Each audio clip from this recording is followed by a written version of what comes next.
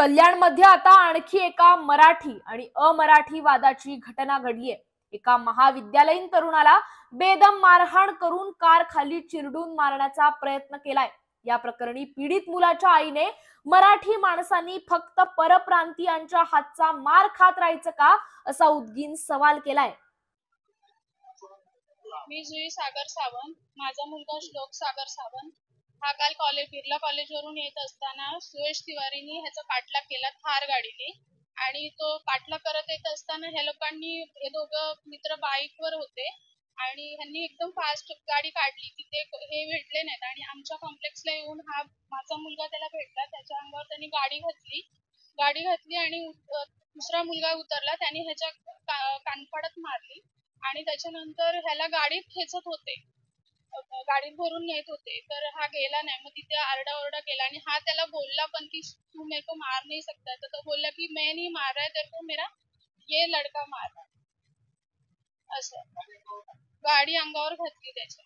आणि सुयश तिवारी साकेत माझ्या मते कॉलेजचे जे हे आहे त्यांचा मुलगा आहे। ते काय माहिती नाही मला काय करतो त्या सगळ्या मॅटर मध्ये। मला सांगा, मराठी माणूस जर महाराष्ट्रात सुरक्षित नाहीये तर तो कुठे सुरक्षित? आणि हे असे बाहेरचे येणार आणि आपल्याला भर रस्त्यात मारणार आणि आपण मार खाऊन द्यायचा ह्यांचा का घ्यायचा? आपण ह्यांच्यावरती काहीतरी ऍक्शन घेतलंच पाहिजे। हा महाराष्ट्र आपला आहे, मराठी माणसाचा। श्लोकला मारहाण झाल्याची माहिती मिळताच त्याची आई जुही सावंत या तिथे पोहोचल्या। त्यांनी श्लोकला घेऊन कोळसेवाडी पोलीस ठाण्यात धाव घेतली। याबद्दल त्यांनी तक्रार दाखल केली।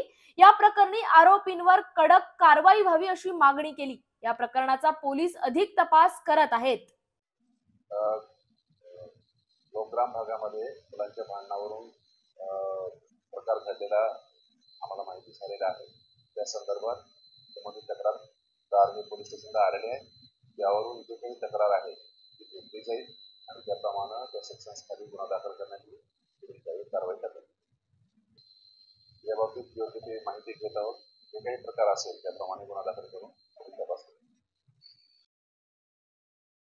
मंत्री धनंजय मुंडे हे राजीनामा देतील अशी चर्चा काल रंगली होती, तर मुंडे यांनी राजीनामा प्रकरणावर मौन सोडलंय।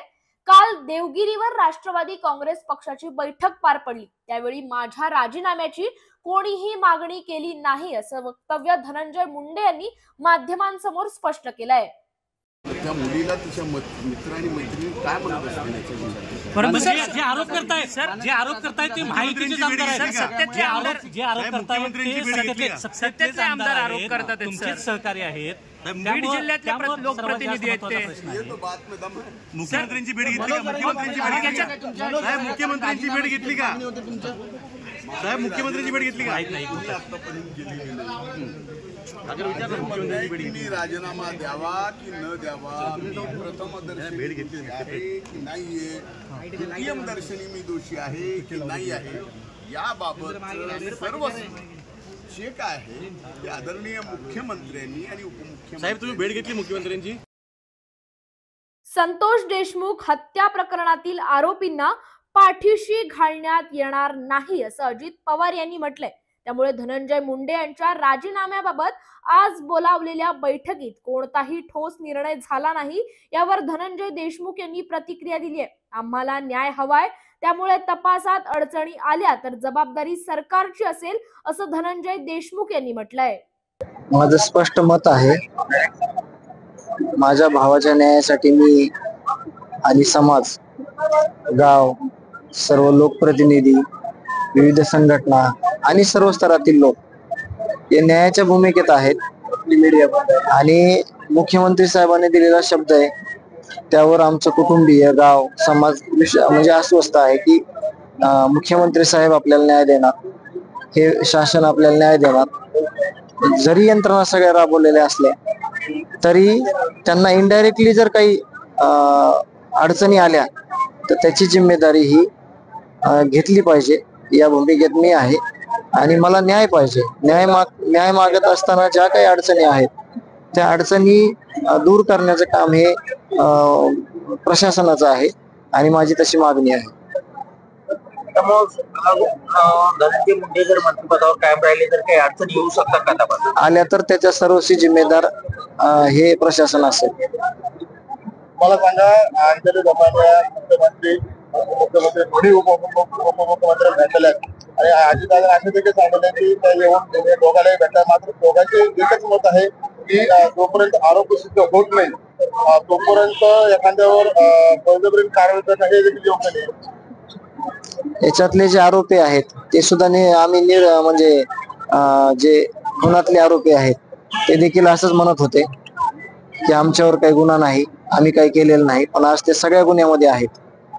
म्हणजे माझी विनंती आहे की ज्या गोष्टीने या हत्या प्रकरणात तपासाला अडचण येईल अशा सगळ्या गोष्टीची काळजी या सरकारनं अगोदरच घेतली पाहिजे, जेणेकरून अडचण आल्यानंतर पुन्हा सोडवण्यापेक्षा अडचण येण्याच्या अगोदरच अडचण न निर्माण होण्यासाठी प्रयत्न करावे. अशा जर अडचणी येत राहिल्या तर तुम्हाला वाटते का संतोष देशमुख प्रकरणामध्ये न्याय मिळेल? न्याय घेण्यासाठीच आम्ही आहोत आणि त्यांना शब्द दिलेला आहे, ते शब्द पाळतील. तशा दृष्टिकोनातून ज्या यंत्रणा राबवलेल्या आहेत त्या काम करतायत. पण जर इथं आम्हाला काही चुकीचं झालं आमच्या सोबत तर मग आमचं पाऊल पुढचं काय असणार आहे हे आम्ही वेळोवेळी सांगू.